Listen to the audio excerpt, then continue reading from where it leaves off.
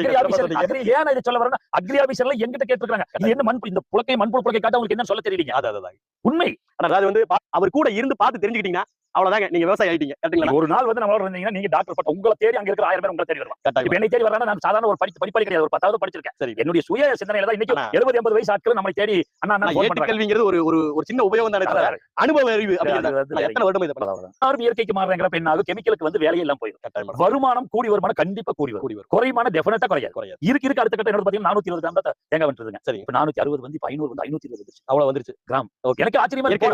இதுல போட்டு 520 கிராம் வந்திருக்கு. இந்த ஏரியா சுத்து வட்டாரம் எல்லாத்தையுமே நீங்க எல்லாத்தையும் கேட்டு ஃபோன் பண்ணி உங்களுக்கு ஆனா நம்ம 420 430 தாண்டது இல்லைங்க. ஆனா எரு ஃபுல்லா வைக்கிறேங்க. யூரியா பாத்தீங்கன்னா 50 மூட்டை 60 மூட்டை இறச்சி விடுறாங்க.